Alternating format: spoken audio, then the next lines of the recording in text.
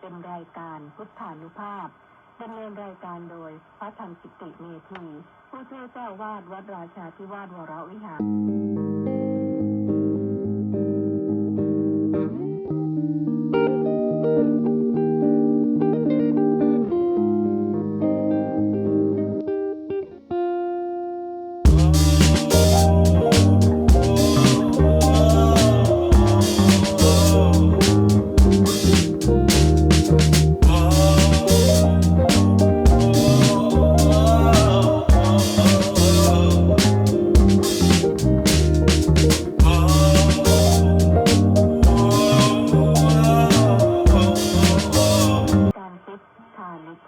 จัดทำให้ทำบรรยายจากคัมภีร์มีมนต์ขลังศูนย์พิทักษ์พุทธศาสตร์จัดให้ฟังส่งเสียงดังจากคนหนึ่งถึงทุกคนฟังธรรมจบแล้วค่อยพักผ่อนกายจิตทำเป็นมิตรไร้ทุกโทษโสดสิผลหลับปลอดภัยสุขสบายไร้กังวลขอสาธุชน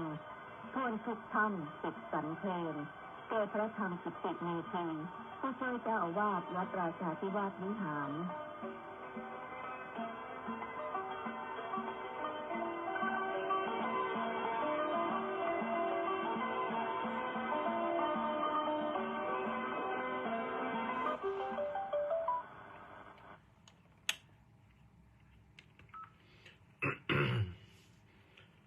อรหังสัมมา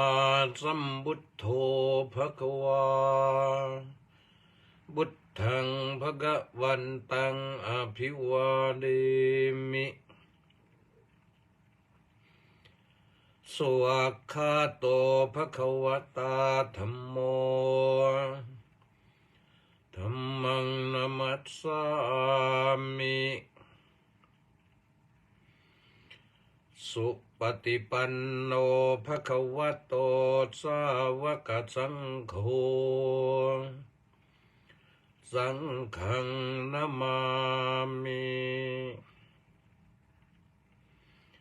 ขอถวายความนอบน้อมแด่พระรัตนตรัยขอคารวะพระเถรานุเถระเจริญสุขสวัสดีเจริญพรท่านสาธุชนทุกท่าน ที่เข้ามาติดตามสดับรับชมรับฟังรายการพุทธานุภาพทางสถานีวิทยุกองพลที่ 1รักษาพระองค์วิทยุเสียงธรรมจากชาวพุทธวัดหทัยนเรศนครปฐมวิทยุพระพุทธศาสนาและสังคมวัดศรีทวี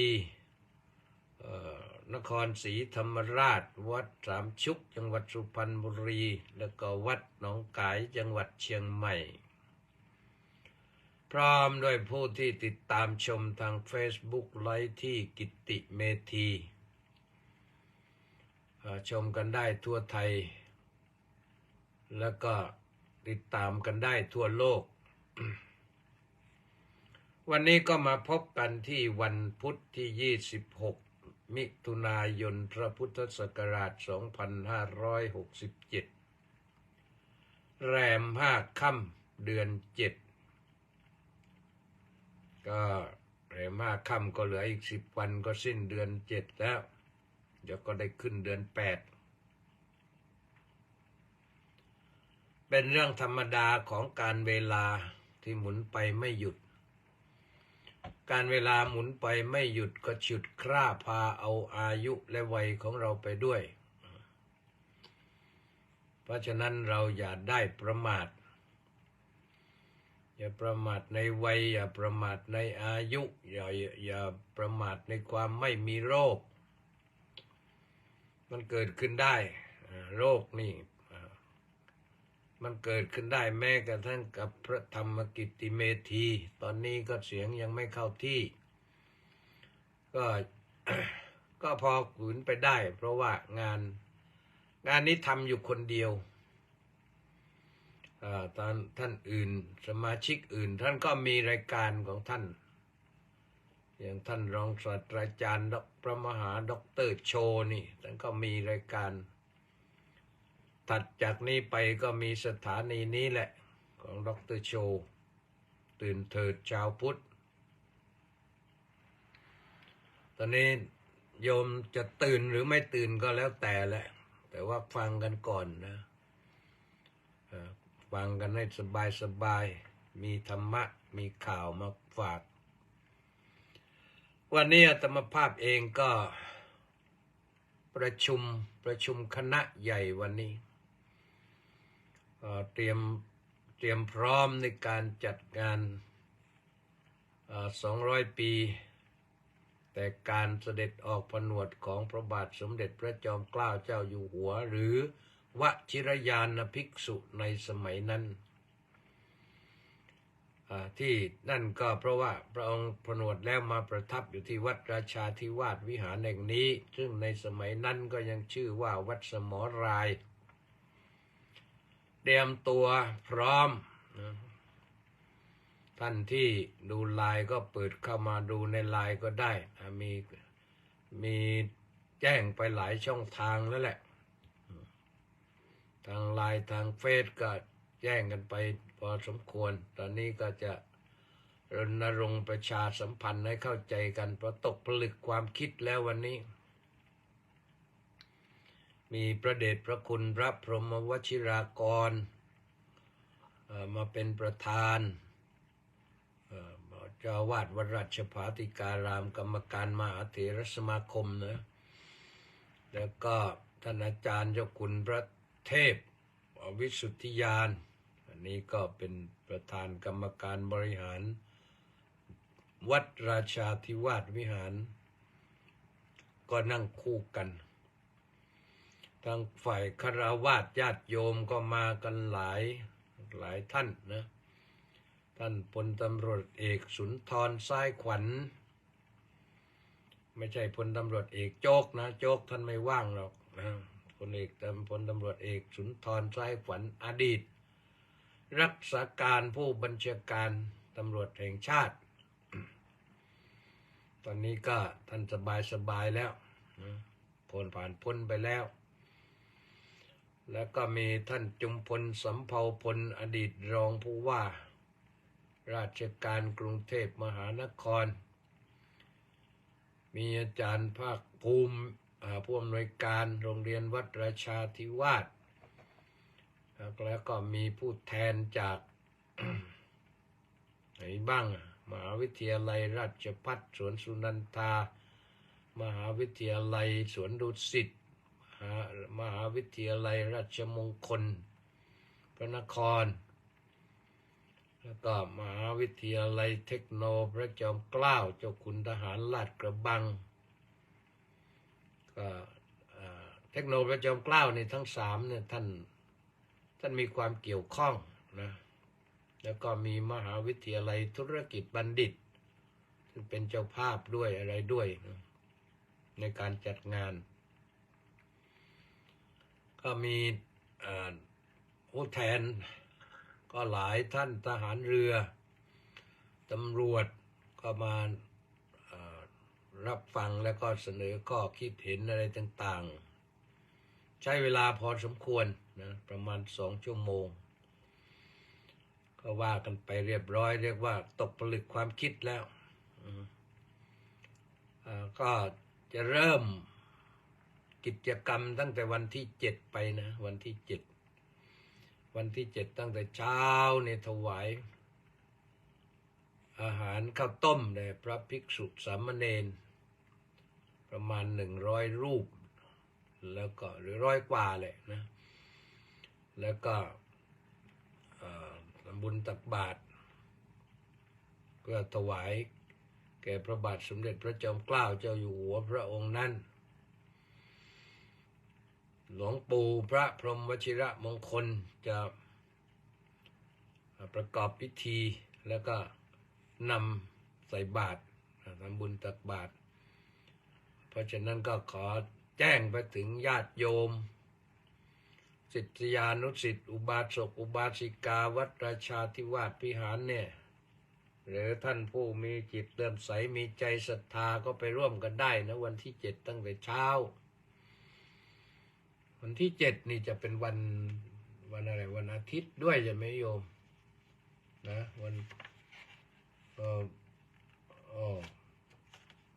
ที่เจ็ดเดี๋ยวก็ยังไม่ได้พลิกปฏิทินดู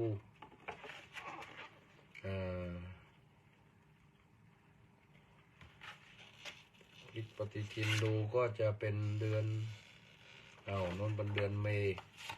ทีนี้เดือนจูนแล้วก็เดือนจุลายไปตรงไหนจุลายก็วันที่7ก็วันอาทิตย์พอดีโยมรถก็ไม่ติดก็ไปสบายนะก็ไปวัดราชาก็สบายแนะนำเส้นทางนะแนะนำเส้นทางโยมถ้ามาจากฝั่งเขตพระนครฝั่งทางโน้นหรือออกไปเขตไหนก็แล้วแหละทางขวาของวัดราชาธิวาสหรือตั้งหลักจากสนามหลวงนะก็ไปทางถนนอะไรประชาธิปไตยไปถนนนครราชสีมาวิ่งตรงไปเลยไปถึงแยกการเรือนผ่านแยกวังแดงไปก่อนไปแยกการเรือนแล้วก็เลี้ยวซ้ายถนนราชวิถีไปถึงแยกสังฮีก็เลี้ยวซ้ายอีกทีหนึ่งตรงไป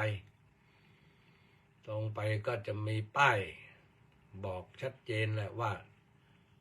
วัดราชาธิวาสวิหารอยู่ตรงไหนเลยโรงเรียนเซนกับเรียนไป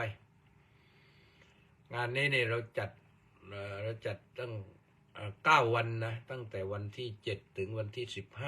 15เพราะว่าพระองค์พระบาทสมเด็จหรือพระวชิรเกล้าพระบาทสมเด็จพระจอมเกล้านั่นหรือวชิรยานภิกษุนั่นท่านเสด็จออกผนวดเมื่อวันที่7กรกฎาคมพ.ศ. 2367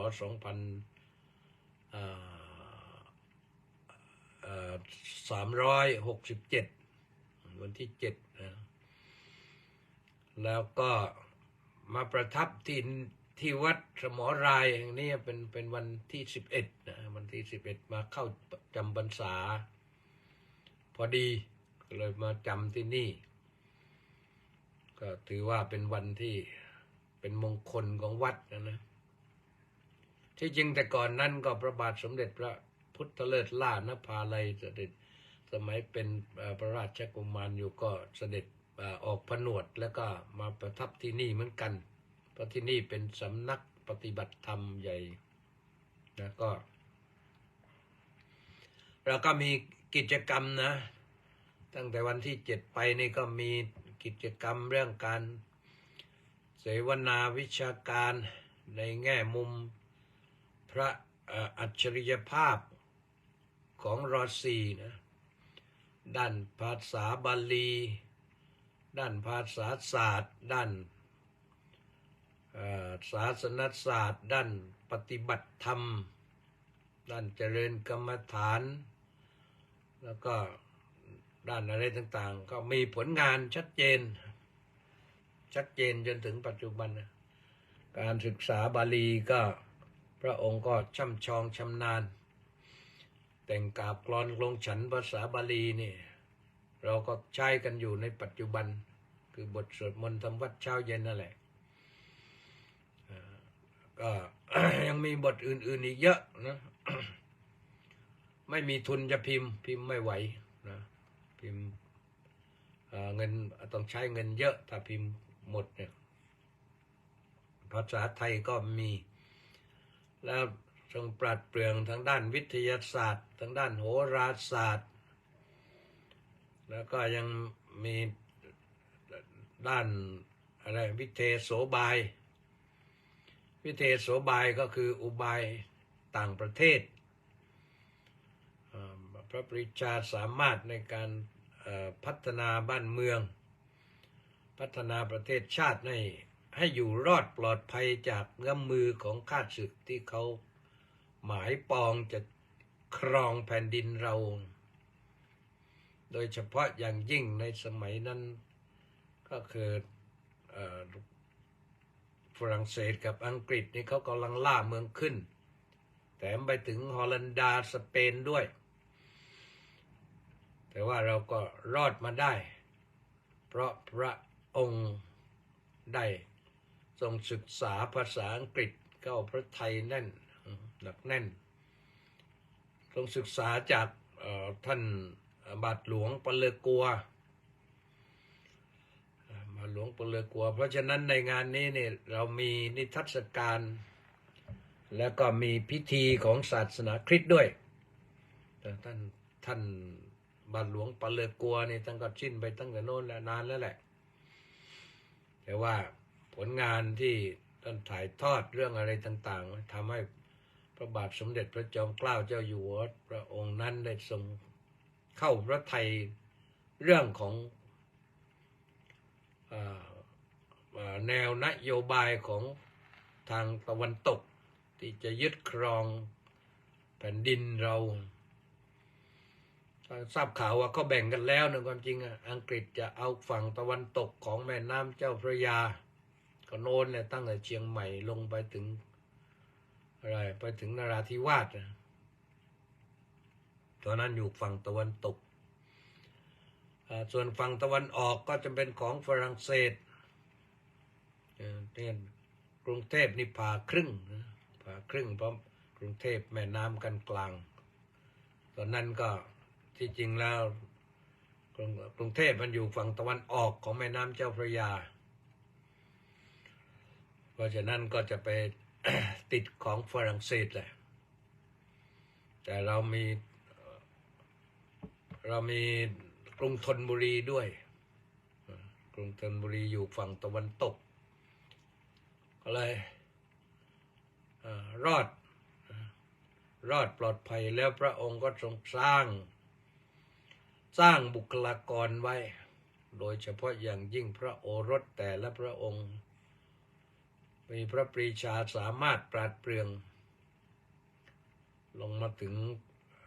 พระบาทสมเด็จพระจุลจอมเกล้าเจ้าอยู่หัวสมเด็จกรมพระยาดำรงราชานุภาพสมเด็จกรมพระยานริศรานุวัติวงศ์สมเด็จสารพัดนะฮะพระโอรสก็เยอะแต่ว่าในที่สุดแล้วท่านเหล่านั้นก็ได้ช่วยเป็นกำลังสำคัญในการที่เอาบ้านเมืองรอดได้ไม่ตกเป็นเมืองขึ้นของใครแม้แต่ถึงเดี๋ยวนี้ก็ยังมี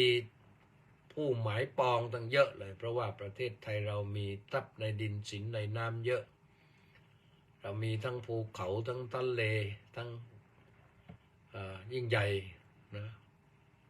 ทะเลอ่าวไทยของเราก็ใหญ่โตพื้นแผ่นดินก็ยาว 2,000 กว่ากิโลเมตรนะโยมจากแม่สายลงไปถึงสุไหงโกลกนี่ 2,000 กว่ากิโลเมตรนะนั่งรถนี่เหนื่อยเรานั่งไปฝั่งเดียวก็เหนื่อยแล้วนั่งจากกรุงเทพลงไปสุไหงโกลกก็เหนื่อยแล้วแล้วนั่งจากกรุงเทพไปแม่สายนี่ก็เหนื่อยแล้วนะอาตมาไปสุดทั้งสองฝั่งแล้วนะแต่ไม่ได้ไปรอบเดียวกันนะก็รู้สึกว่าเหนื่อยแล้วเรามีอู่ข้าวอู่น้ำภาคกลางนี่เป็นแหล่งอู่ข้าวอู่น้ำเป็นที่ทำนาที่ยิ่งใหญ่เป็นครัวโลกเลยเพราะฉะนั้นสำคัญท่านรักษาไว้ให้เรานะเรื่อง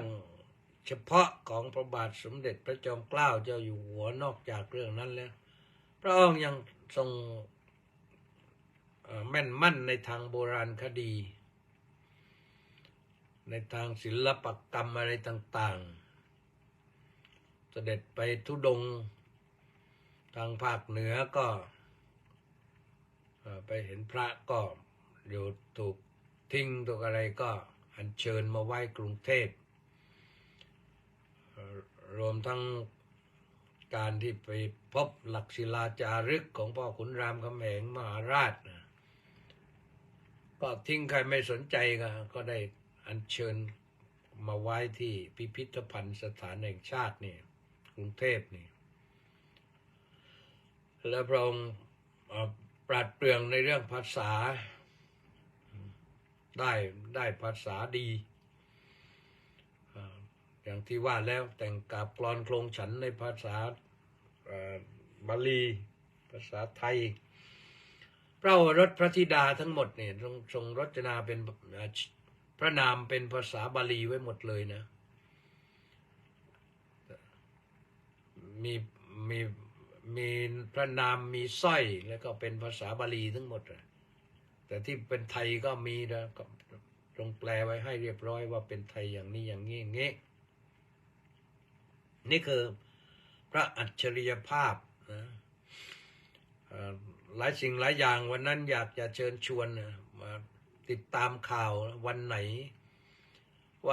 ท่านผู้ใดมาพูดมาบรรยายมาปาฐกถาอย่างเช่นอาจารย์บวรศักดิ์อุวันโนอย่างนี้อาจารย์ธงทองจันทรังสุอาจารย์วิษณุเครืองามอาจารย์อดีตอธิบดีสดแดงเอียดเนี่ยอาจารย์รองศาสตราจารย์ดร.ชัชพล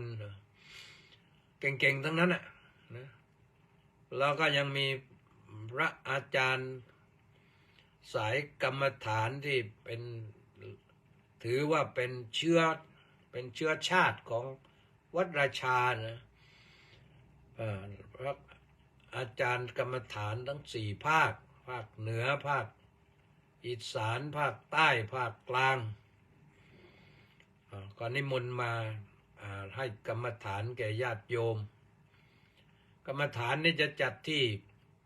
ศาลาการประเรียนนะขึ้นนั่งหรูหราสบายศาลาการประเรียนไม้สักทองพระบาทสมเด็จพระจุลจอมเกล้าเจ้าอยู่หัวทรงสร้างถวายไว้นะเป็นสมบัติของวัดราชาธิวาสวิหาร ส่วนนิทรรศการแล้วก็เรื่องของการปาฐกถานี่จะอยู่ที่อาคารพิพิธภัณฑ์คณะใต้นิทรรศการหลักก็อยู่ที่พระอุโบสถแล้วก็มีนิทรรศการศาลาโบสถ์แพนั้นเป็นโบสถ์ที่ วชิรยานภิกษุพระองค์นั้นตรงมาทำทันลีกรรมคือบวชซ้ำเป็นอุทธักอุเขปสีมาเรื่องนี้ก็มีหนังสือด้วยนะมีหนังสือไว้บริการด้วยนะแล้วก็เราจะเปิดพิพิธภัณฑ์นั้นก็เป็นพิพิธภัณฑ์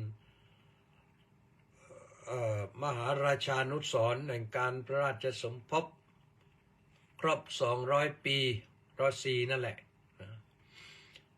แต่ครบ200 ปีมาเมื่อปีเท่าไหร่ประมาณ2548-49นู่นสร้างพิพิธภัณฑ์ไว้เสร็จแล้วตอนนี้ทำพิพิธภัณฑ์ไว้2 ชั้นยาว45 เมตรกว้าง9 เมตรญาติโยมขึ้นไปเดินดูนี่ลืมลงแหละนะของที่น่าดูสมบัติผลัดกันชมมาแต่ว่าเราใส่ตู้ไว้ให้ได้ชมกันได้นานๆนั่นก็เป็นส่วนหนึ่งแล้วก็ยังไปได้มีโอกาสขึ้นไปชมพระตำหนักพระบาทสมเด็จพระจอมเกล้าเจ้าอยู่หัวที่พระองค์ผนวดแล้วก็ประทับอยู่ที่วัดราชาธิวาสวิหารแห่งนี้หรือวัดสมรายแห่งนี้แล้วก็ประทับตรงนั้นก็มีผู้สร้างถวายนะสมัยนั้นนะ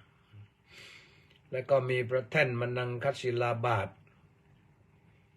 ที่ทรงอัญเชิญมาจากสุโขทัยที่เขาทิ้งแล้วทราบข่าวว่าตอนที่พระองค์ประทับอยู่ที่นี่ก็สอนธรรมสอนอะไรก็ประทับนั่งที่นั่นแต่ว่าอันนี้ต้องบอกไว้ตรงๆนะว่าของจริงดั้งเดิมนั้นไปอยู่ที่พิพิธภัณฑ์แล้วส่วนที่นี่ก็เป็นสิ่งที่จำลองไว้ให้เห็นว่าเป็นอย่างนี้นะ ไปดูแสงดูสีดูเสียงนะ มีศิลปินอะไรต่างๆด้วยมาแสดงขั้นบ้างนะตอนท้ายๆก็จะมีศิลปินดารามาร่วมด้วยอันนี้ก็ดำเนินการโดยโอเคแมสคุณออนอุมาเกษตรพืชผลสนับสนุนมาก็ไปฟังไปชมไปติดตามกันนะตอนช่วงกลางวันก็จะมีนักเรียนมาตอบปัญหาแข่งขันกันนักเรียนประถมปลายนักเรียนม.ต้นนักเรียนม.ปลายนักเรียนระดับอุดมศึกษามาตอบปัญหาธรรมะแล้วก็ทราบข่าวว่ามีการประกวดทำนองสวดทำนองสรพันยะกันด้วย แต่นี้ก็ ได้ให้บทไปแล้ววันนี้ได้ให้บทไปแล้วบทที่จะสวดเพราะฉะนั้นก็ญาติโยมก็ไปติดตามไปชมไปฟังไปเสพธรรมะแล้วก็ไปดูว่ามีอะไรนะ200 ปีมีอะไร200 ปีเนี่ยผลงานของพระองค์นั้นก็อย่างน้อยๆก็มีเจดีย์องค์พระปฐมเจดีย์ที่นครปฐมแล้วก็องค์พระเจดีย์ภูเขาทองที่วัดสะเกษนั่นก็เป็นผลงานของพระองค์ท่านแล้วก็มีอะไรอีกหลายอย่างนะเยอะแยะเลยเล่ากันไม่หมดโยมไปศึกษาไปตามดูก็แล้วกัน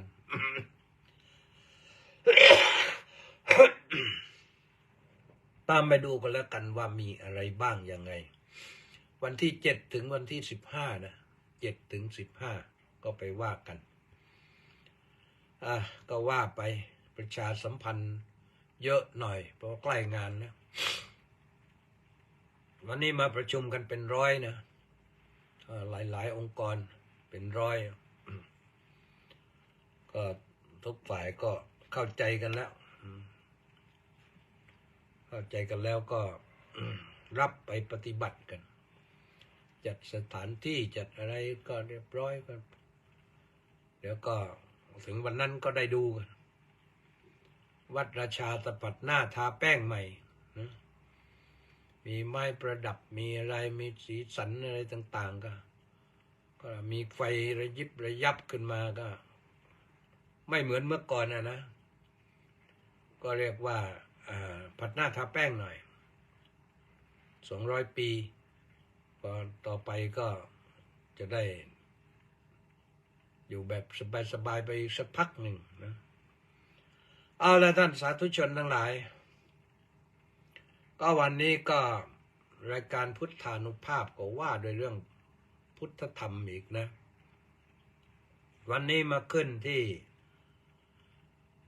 จักกนิบาตปฐมปัณณาสจักกนิบาตแปลว่าหมวดที่มีธรรม6 ข้อว่าทำ1 ข้อนะจะมีองค์ประกอบ6 ข้อเรียกว่าจักกนิบาตส่วนปฐมปัณณาสก็แปลว่าหมวด50ที่1หรือหมวด50ที่1แห่งจักกนิบาตก็อย่างนั้นก็ได้นะแล้วก็วรรคที่1ก็คือวรรคอาหุนัยวรรคที่1วรรคว่าด้วยเรื่องพระภิกษุผู้ควรแก่การทำบุญเดี๋ยวนี้ภิกษุก็แสดงฤทธิ์เยอะนะโยมก็ดูว่าพระพุทธเจ้าตรัสไว้อย่างไรสำหรับพระภิกษุที่ควรแก่การทำบุญนะเป็นอย่างไรต้องมีคุณธรรมแหละมีคุณธรรมของภิกษุผู้เป็นนาบุญเป็นนาบุญก็เรียกว่าเป็นอาหุนัยบุคคลวันนี้ก็มี2 สูตรนะ สูตรที่หนึ่งนั้นว่าโดยเรื่องคุณสมบัติเป็นองค์ธรรมของพระนะเริ่มที่ว่าพระรูปนั้นเห็นอะไรก็ไม่ตื่นเต้นไม่ดีใจไม่เสียใจมีอุเบกขามีสติสัมปชัญญะได้ฟังเสียงอะไรก็นิ่งได้ตรึกตรองได้ไม่ตื่นเต้นดีใจหรือว่าไม่เสียใจใครจะด่าก็ด่าไปใครจะชมก็ชมไปก็ยิ้มให้หน่อยก็ได้ก็ชมนะแต่ว่าได้ยินเสียงแล้วก็ถ้าเสียงด่าเสียงนินทานี่เฉยไว้ไม่ดีใจไม่เสียใจมีอุเบกขามีสติสัมปชัญญะอยู่ได้ดมกลิ่นได้กลิ่นอะไรกลิ่นหอมกลิ่นเหม็นกลิ่นประเภทไหนกลิ่นกุหลาบกลิ่นลาเวนเดอร์กลิ่นอะไรก็แล้วแต่แหละนะก็ไม่ติดอกติดใจแม้แต่กลิ่นขนุนพระนี่ไปดมขนุนไม่ได้นะโยมนะไปดมขนุนไม่ได้แต่ดมผิดไปดมกลิ่นดอกไม้ก็ไม่ได้จะดมพิสูจน์ว่าเอ้ยมันหอมหรือเหม็นก็ไม่ต้องไปพิสูจน์อ่ะเห็นดอกไม้ก็คือดอกไม้ก็จะได้ไม่ดีใจไม่เสียใจบางตัวเป็นกลางมีสติสัมปชัญญะได้ลิ้มรสอันนี้ค่อนข้างจะมีปัญหาได้ลิ้มรสอาหารรสเครื่องดื่มรสเครื่องอะไรต่างๆเนี่ยที่มันเป็นอาหารเป็นเครื่องดื่มมาแหละได้ลิ้มแล้วก็ให้รู้ว่ารสมันเป็นยังไงเปรี้ยวหวานมันเค็มอะไรก็รู้ไปไม่ต้องโวยวายไม่ต้องกระตอกกระตากไม่ต้องซีดไม่ต้องมันเดี๋ยวต้องมาอีกอะไรต่างๆอย่าไปติดในรถติดในรถอย่างนั้นมันผิดนะพระเนี่ยต้องไม่ตื่นเต้นดีใจแล้วก็ไม่เสียใจวางอุเบกขาเอากันว่าเฉยๆธรรมดาสำคัญคือให้มีสติสัมปชัญญะอยู่ได้สัมผัสเย็นร้อนอ่อนแข็งเนี่ยได้สัมผัสเย็นร้อนอ่อนแข็งสัมผัสนุ่มสัมผัสแข็งกระด้างแล้วก็เฉยๆไว้นะไม่ต้องดีใจไม่ต้องเสียใจวางอุเบกขามีสติสัมปชัญญะสติความระลึกรู้สัมปชัญญะความรู้ตัวทั่วพร้อม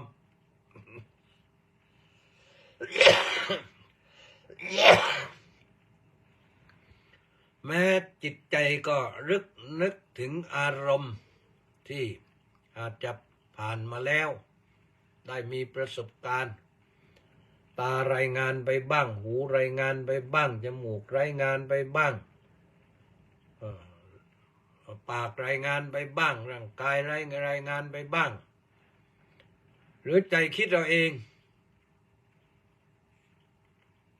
คิดแล้วโอ้มันอย่างนั้นอย่างนี้มันจินตนาการฟุ้งเฟ้อเลยเถิดไปก็ได้นะเพราะฉะนั้นไม่ต้องดีใจไม่ต้องเสียใจมีอุเบกขาเข้าไว้มีสติสัมปชัญญะภิกษุผู้ประกอบด้วยคุณทั้ง6ประการนี้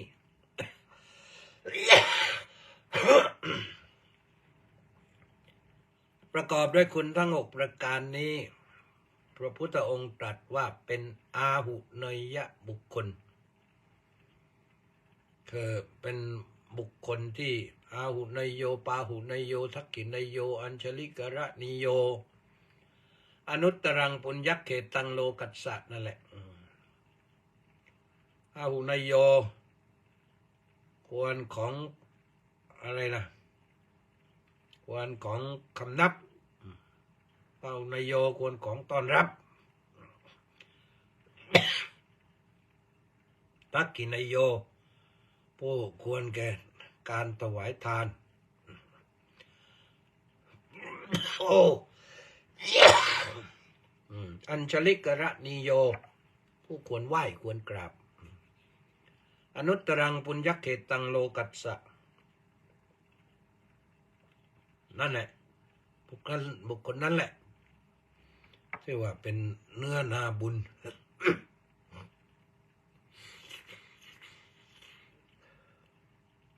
เป็นเนื้อนาบุญของชาวโลกก็ดูด้วยโยมนะโยมช่วยดูพระด้วยพระก็ดูโยมโยมก็ดูพระไหนที่ ปฏิบัติไม่เรียบร้อยก็อย่าไปส่งเสริมสนับสนุนบางทีก็เหลิงได้นะไปสนับสนุนทำบุญให้ก็พระก็คิดว่าโยมศรัทธาเราแล้วนี่อย่างนี้เราทำดีแล้วนี่ก็เลย ก็เลยเหลิงไปกันใหญ่เลยไม่ใช่ว่าพระบวชปั๊บจะเก่งจะรู้อะไรทุกอย่างนะบางทีบวช5 พรรษา10 พรรษาไม่ได้เรื่องก็มีแต่ไม่ศึกษาเนี่ยก็ยังโง่เหมือนเดิมมาแหละนะดีไม่ดีอาจจะโง่กว่าเดิมด้วยซ้ำไปพอได้ประสบการณ์ใหม่ๆแล้วนึกว่าเราเข้าใจถูกจริงๆแล้วมันผิดเพราะฉะนั้นต้องดูพอสมควรต้องทำความเข้าใจพอสมควรเราก็ไม่ปฏิเสธโดยประการทั้งปวงหรอกแต่ต้องให้ท่านรู้ว่าอันนั้นมันไม่ถูกนะท่านเราช่วยกันรักษาพระศาสนาด้วยถ้าไม่มีพระโยมก็ไม่มีนาบุญนะต้องมีพระ ทีนี้มีพระแล้วต้องมีพระอยู่ในศีลในธรรมไม่ใช่พระทำตัวยังไงก็ได้พระต้องเป็นพระที่ศีลสัมปันโนอาจารสัมปันโนธรรมานุธรรมปฏิปันโนศีลสัมปันโนสมบูรณ์ด้วยศีลอาจาระสัมปันโนสมบูรณ์ด้วยอาจาระธรรมานุธรรมปฏิปันโนปฏิบัติธรรมสมควรแก่ธรรมทิฏฐิสัมปันโนสมบูรณ์ด้วยทิฏฐิให้มันถูกต้องที่ว่าสัมปันโนก็คือให้มันถูกต้องพระพุทธองค์ตรัสบอกว่าไม่มีนาบุญอื่นยิ่งกว่านะพระพุทธองค์ตรัสไว้อย่างนี้แหละนะภิกษุเหล่านั้นก็ที่ฟังอยู่ก็ดีใจตื่นเต้นชื่นชมพระพุทธภาษิตของพระผู้มีพระภาคเจ้าทำไมได้แค่นั้นน่ะทำไมท่านแค่ได้ดีใจพระพุทธเจ้าตรัสให้ฟังซ้ำคือท่านฟังซ้ำนี่แสดงว่าพระที่ฟังอยู่ตอนนั้นท่านบรรลุธรรมหมดแล้วอย่างน้อยก็โสดาบันสกทาคามีอนาคามีแล้วพระอรหันต์ก็เยอะเพราะฉะนั้นท่านฟังแล้วก็ชื่นใจปลื้มใจพวกฟังธรรมของพระพุทธเจ้าเนี่ยฟังกี่ชั่วโมงก็ไม่รู้สึกเหนื่อยนะเพราะได้ปลื้มใจในพระพระวจนะของพระพุทธองค์แล้วเรามาอ่านดูพระไตรปิฎกอ่านแล้วก็สบายใจนะบางคนก็อ่านแล้วโอ้ยไม่เข้าใจอีกการไม่เข้าใจนี่เพิ่งรู้ตัวว่าโง่ไม่ใช่ไปโทษพระไตรปิฎกว่าโอ้ยเขียนอ่านไม่รู้เรื่องการที่เราไม่เข้าใจนั้นเพิ่งทราบว่าเรายังโง่อยู่ต้องทำความเข้าใจอันนั้นสูตรที่1นะสูตรที่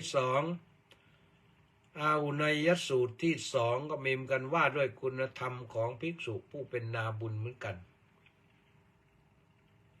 อันนี้ก็ตรัสว่าภิกษุในธรรมวินัยนี้หนึ่งมันเป็นยังไงแสดงฤทธิ์ได้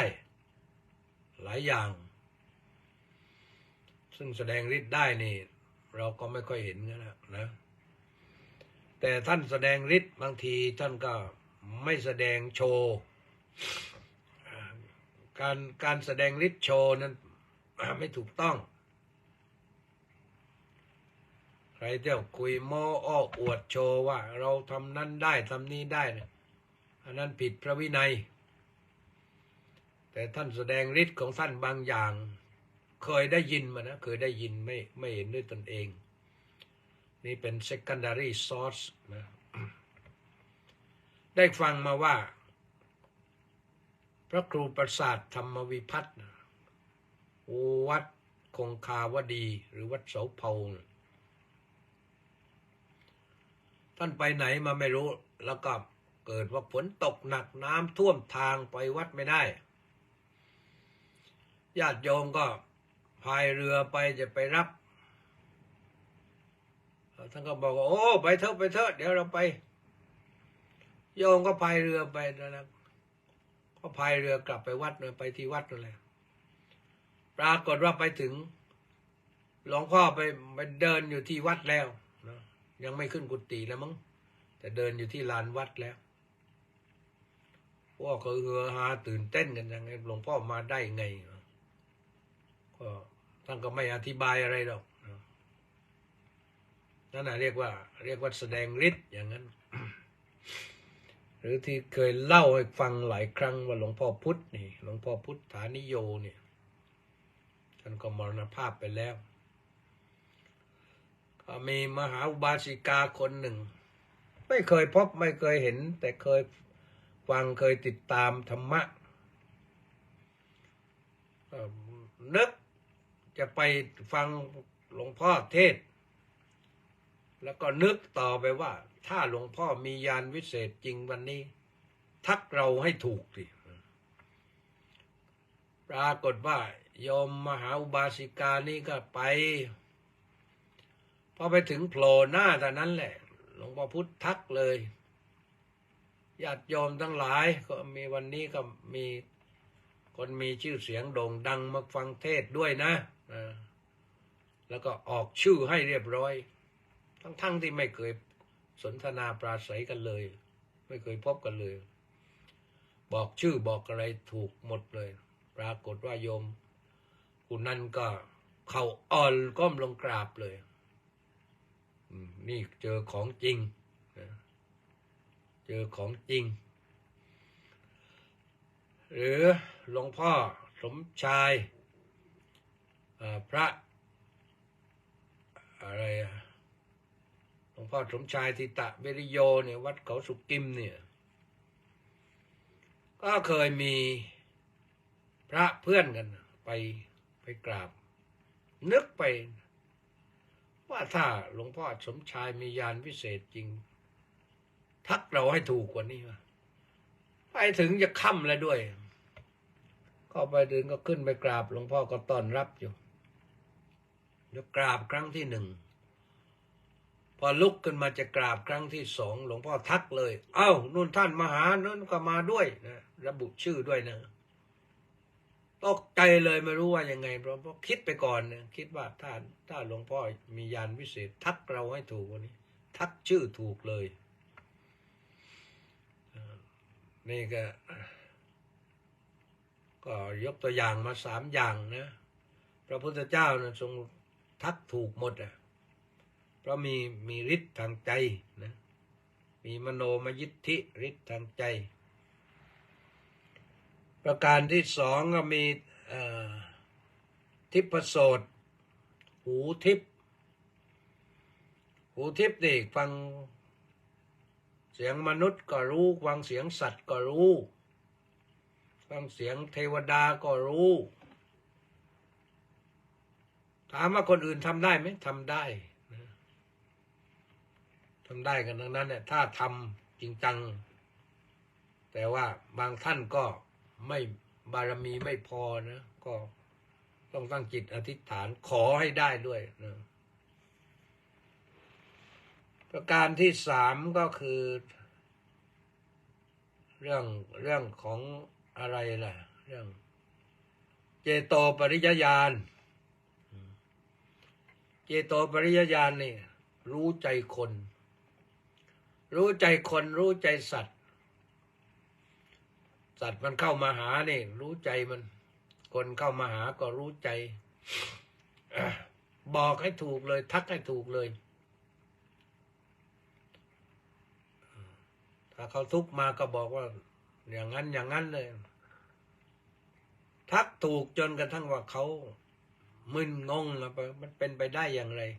แต่มันเป็นไปแล้วนะพระพุทธเจ้าทักถูกแล้วก็เวลาสอนพระองค์ก็สอนไม่ยากคนเหล่านั้นก็รู้เบื้องลึกรู้เบื้องลึกของเขาก่อนก็เป็นเจโตปริยญาณนะรู้ใจคนประการที่สี่ก็คือเรื่องของระลึกชาติหนหลังได้ระลึกชาติได้เนี่ยพระองค์เองก็ระลึกชาติได้เป็นแสนชาติล้านชาติก่อนอื่นก็ระลึกได้เมื่อคืนนี่ก็อ่านดูคลิปคนหนึ่งผู้หญิงนะที่ว่าไปเขาเคยเกิดเป็นยายนะเป็นยายทวดนะแล้วก็มาเกิดใหม่ก็เป็นก็เรียกว่าอะไรเรียกหลินนะเรียกหลินหลานหลินเป็นหลินมีเครื่องหมายว่าที่ตอนเสียชีวิตตอนนั้นเนี่ยเขาทำสัญลักษณ์ไว้ให้แล้วนี่ดูได้เลยเนี่ยมันเป็นอย่างนี้นี่ระลึกชาติได้ระลึกชาติผลหลังได้แล้วก็ระลึกได้เป็นช่วงๆแต่ว่าไม่ตลอดรู้สึกว่าจะคล้ายๆกับจะเป็นดาราด้วยหรือเปล่าไม่รู้นะอันนี้เป็นเรื่องปกติธรรมดานะเป็นได้ประการที่ห้าได้จตูปปาตญาณจตูปปาตญาณเห็นการตายการเกิดของผู้อื่นจุตะนั่นก็คือตายอุปปาตะก็คือเกิดจตูปปาตญาณการตายการเกิดของสัตว์อื่นสัตว์อื่นนี่หมายถึงตัวผู้ที่ไม่ใช่ตนช่วยตนเองนั้นอยู่ในปุเพนิวาสานุสติญาณแล้วคนอื่นก็เป็นจตูปปาตญาณไม่ว่าจะไปเกิดเป็นสัตว์นรกเป็นเปรตเป็นนสุรกายเป็นเดรัจฉานเป็นมนุษย์เป็นเทวดาเป็นเทพบุตรเทพธิดาก็รู้นั้นอดีตเป็นอตีตังสยานแล้วก็อนาคตังสยานก็รู้เหมือนกันว่าคนนี้เนี่ยสร้างเวรสร้างกรรมมาอย่างนี้นี่ตายแล้วไปไหนที่มีถามกันเยอะนะว่าคนเราตายแล้วไปไหนไปตามกรรมนะโยมสร้างเวรสร้างกรรมไว้มากก็ไปตามเวรตามกรรมนะสร้างบุญสร้างกุศลไว้ก็ไปสู่ที่ชอบถ้าสร้างบุญกุศลเนี่ยอาจจะเลือกได้นะว่าจะไปไหนอยู่ที่ผู้นั้นจะตั้งจิตอธิษฐานปรารถนาแล้วก็สุดท้ายก็คือเรื่องอาสวัคคยญาณเรื่องกำจัดอาสวะได้ตัวอาสวะเนี่ยมันละเอียดกว่ากิเลสนะกิเลสเนี่ยมันหยาบแต่อาสวะนี่มันละเอียดที่เคยเล่าให้ฟังแล้วว่าอาสวะเนี่ยมันจะมี4อย่างกามาสวะจิตเศร้าหมองเพราะกามภวาสวะจิตเศร้าหมองเพราะกรรมทิฏฐาสวะจิตเศร้าหมองเพราะทิฏฐิ แล้วก็อวิชชาสวะจิตเศร้าหมองเพราะอาวิชชา4ตัวนี้มันแท็กทีมกันมันทำให้จิตเรามืดจิตเรามืดก็เลยไม่อยากที่จะทำความดีเห็นความชั่วเป็นความดีเห็นกงจักรเป็นดอกบัวมันจะเป็นอย่างนั้นแล้วเราอย่าเห็นกงจักรเป็นดอกบัวโยมเห็นกงจักรเป็นกงจักรเห็นดอกบัวเป็นดอกบัวถึงจะปลอดภัยสร้างบุญสร้างกุศลสร้างกรรมที่เป็นบุญกุศลก็ไว้เมื่อท่านปฏิบัติกำจัดอาสวะทั้ง4อย่างนี้ได้เด็ดขาดเหมือนกับน้ำในแก้วเลยถ้ามันขุ่นๆอยู่กำจัดฝุ่นออกไปให้หมดก็น้ำมันก็ใสดื่มไปก็มีคุณมีค่าต่อร่างกายนะพอจิตผ่องใสอย่างนั้นแล้วท่านก็จะได้เจโตวิมุตติคือจิตหลุดพ้นและก็ได้ปัญญาวิมุตติจิตก็เห็นธรรมตามความเป็นจริงเนี่ยพระภิกษุถึงแม้ท่านจะไม่ได้ 100%แต่ท่านได้สัก60% 70%เพราะความขวนขวายเพราะปฏิบัติฝึกหัดขัดเกลามันก็ได้นะท่านก็เข้าไปในช่องทางที่เป็นเนื้อนาบุญได้เป็นช่องทางให้ท่านได้ประสบพบกับความดีงามได้อยู่นะได้บรรลุธรรมได้อยู่แต่ภิกษุนี้เนี่ยที่จะเป็นได้อย่างนั้นท่านต้องมีศรัทธาวิริยะสติสมาธิปัญญามีศรัทธาในพระรัตนตรัยหนักแน่นมีวิริยะความกล้าหาญเด็ดเดี่ยวเพียรพยายามที่จะเอาชนะปัญหาอุปสรรคให้ได้มีสติอยู่เสมอสตินี่ขาดไม่ได้สติทำจำปรารถนาในที่ทั้งปวงแล้วก็มีสมาธิจิตใจหนักแน่นไม่โลเลไม่ซัดสายไม่โลเลแล้วก็มีปัญญาแล้วก็ท่านจะก้าวข้ามไปถึงวิมุตติเจโตวิมุตติปัญญาวิมุตติหลุดพ้นด้วยประการทั้งปวงอย่างนี้แหละเป็นภิกษุที่เป็นท่านเรียกว่าเป็นเนื้อนาบุญของโยมนะวันนี้ก็หมดเวลาพอดีนะพรุ่งนี้น่าจะไม่ได้ไลฟ์สดนะออกทางวิทยุพลหนึ่งอย่างเดียวเพราะไปธุระอบรมพระที่สงขลานะที่วัดโคกเปี้ยวสงขลาแล้วก็ขากลับก็ดึกมาไม่ทันก็ต้องเว้น2 คืนนะไลฟ์สดก็เว้น2 คืนวันนี้หมดเวลาขอความสุขสวัสดีจงมีแด่ทุกท่านนอนแล้วไปพบกันใหม่วันจันทร์ขอเจริญพรสวัสดี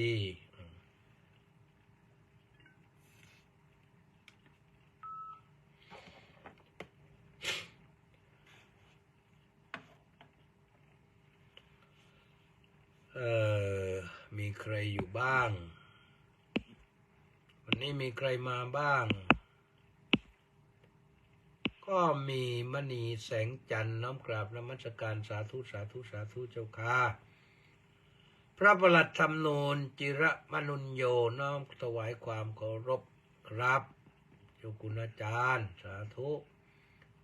ประสานเรืองดิษฐ์ก็บอกว่ากราบนมัสการครับสาธุหนูปานลักษณะมีลาภท่านรองผู้อำนวยการไปรับรางวัลอะไรที่อุดรนนท์บอกว่าน้ำกราบนมัสการสาธุเจ้าค่ะแปะนันทิการน้อมกราบนมัสการสาธุเจ้าข้าเหมือนกันสาธุสมศรีลักษณะวิราชก็บอกว่าน้อมกราบนมัสการสาธุเจ้าข้าอันนี้ประโยคเดียวกันเลยนะ ลีลาวดีดอกสร้อยบอกว่าน้อมกราบนมัสการด้วยความเคารพอย่างสูงเจ้าค่ะสาธุพระมหาอดิศักขเวสโกวัดมาธาตุนครศรีธรรมราชนั่นสุพรรณีวันดีนี่วัดนาไทยนเรศนครปฐมสถานีวิทยุเสียงธรรมจากชาวพุทธรังสรรค์ทองสร้อยน้อมกราบนมัสการถวายความเคารพพระเดชพระคุณท่านเจ้าคุณด้วยความเคารพอย่างสูงครับน้อมกราบนมัสการสาธุสาธุสาธุครับสาธุกระเกียรติเก่งสาธุสาธุสาธุว่างั้นสาธุต้าสิทธิมงคลนมัสการสาธุครับวันนี้ลาดพร้าวนะวัดศิลาดาษพระครูศรีรัตนธรกราบสาธุสาธุครับผมสาธุสุเทพสุวีรางกูลท่านรองศาสตราจารย์ดร.สุเทพสุวีรางกูลสาธุสาธุสาธุว่างั้นสาธุด้วยเสรีศรีพิรมกราบนมัสการท่านเจ้าคุณพระธรรมกิตติเมธีด้วยความเคารพ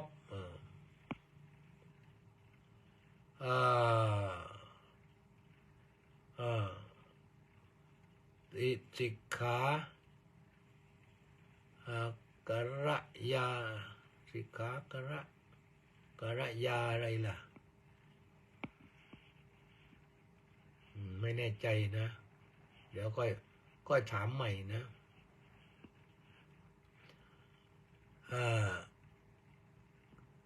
นี่ก็สมศรีบุญอินน้นพิจิตรนั่นน้อมกราบนมัสการน้อมกราบสาธุสาธุสาธุเจ้าค่ะสาธุจินดาสุวรรณกิจกราบนมัสการข้าพระอาจารย์สาธุ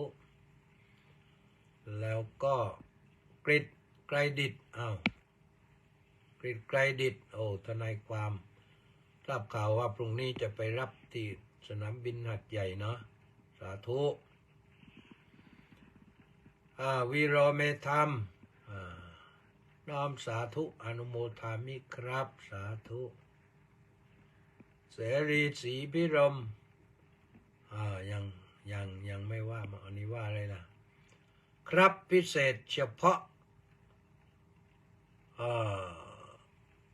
เฉพาะท่านนั้นแท้ครับผมเชื่อสาธุแล้วก็แสงทองใสราชโคตรน้อมกราบนมัสการหลวงพ่อเจ้าคุณขอรับสาธุสาธุสาธุสาธุแล้วก็มีทองใสไม่ใช่สุรชัยเผ่าพันธ์พระครูสุทธิชัยสารวัดโพธิเกษตรอำเภอสวีชุมพรสาธุครับขอถวายความเคารพอย่างสูงครับว่างั้นพระสุนทรสมเมธีหลวงพี่รองเจ้าคณะจังหวัดบุรีรัมย์รู้ใจคนก็สามารถเชื่อมจิตได้สิครับรู้ใจคนมันแต่เขาไม่รู้ใจเราสิของพระพุทธเจ้าไม่ใช่เชื่อมจิตนะแต่ว่าไอเจโตปริยญาณเนี่ยรู้ใจคนเนี่ยคนละเรื่องกันเชื่อมจิตนั้นมันไม่ใช่คำสอนทางพระพุทธศาสนาเชื่อมที่เขาว่ากันนั้นคืออะไรนะก็เชื่อมก็คือต่อนะเหมือนกับเอาเหล็กสองเส้นมาต่อกันแล้วเชื่อมอย่างนั้นนะเชื่อมติดนะแต่ของพระพุทธเจ้าไม่ใช่อย่างนั้นพระพุทธเจ้าเป็นการรู้ใจคนแล้วก็สอนเขาได้พูดตรงใจเขา จันทภาดีรัศมีน้อมกราบนมัสการสาธุค่าสาธุคนสุดท้ายเรื่องเชื่อมใจเรื่องเชื่อมจิตนี่ก็ว่าไปเถอะสักพักมันก็หายไปผมเองก็ไม่ได้แสดงความคิดเห็นอะไรเพราะรู้แล้วแหละคนส่วนมากก็รู้แล้วว่ามันก็ว่าไปตามนั้นแหละสักพักหนึ่งก็รู้ความจริงว่าอะไรก็จะไปไม่ได้นะเอาละว่าตอนนี้นะสวัสดีอย่าลืมนะพรุ่งนี้ไม่ได้ถ่ายสดนะ2 วันพฤหัสวันศุกร์แล้วไปพบกันวันจันทร์สวัสดี